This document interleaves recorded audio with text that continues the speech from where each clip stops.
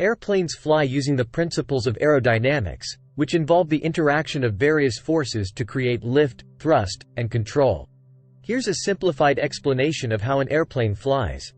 Lift. Wing shape. The most critical component of an airplane's design for generating lift is its wings. Airplane wings are designed with an airfoil shape, which is curved on top and flatter on the bottom. This shape is crucial for creating the pressure difference necessary for lift. Angle of attack. The angle at which the wing meets the oncoming air, known as the angle of attack, is adjustable. By changing this angle, the pilot can control the amount of lift generated by the wings. Thrust. Thrust is the forward force that propels the airplane through the air.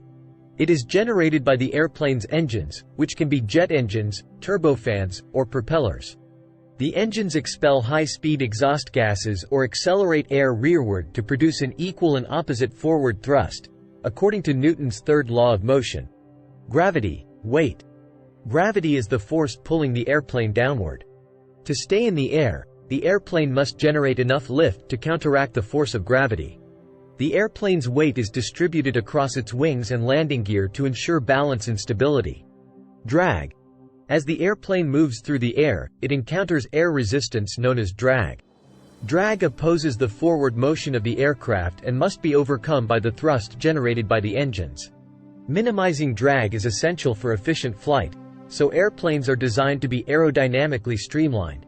Control surfaces. Airplanes have control surfaces such as ailerons, elevators, and a rudder. These surfaces allow the pilot to control the aircraft's roll, side-to-side movement, pitch, up and down movement, and yaw, left and right movement. By adjusting these control surfaces, the pilot can maintain stability and control the airplane's direction. The process of flight involves several key stages. Takeoff. The pilot increases engine thrust to create enough lift to overcome gravity. The airplane accelerates down the runway until it reaches the required speed for takeoff.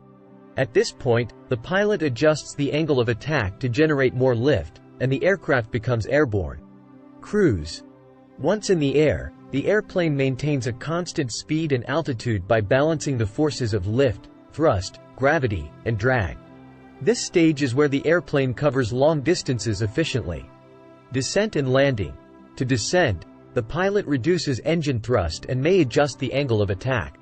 This decreases lift and allows the airplane to descend gradually. During landing, the pilot further reduces speed and angle of attack, aiming to touch down smoothly on the runway. Maneuvering. During flight, the pilot can make various maneuvers by adjusting the control surfaces to change the airplane's orientation and direction.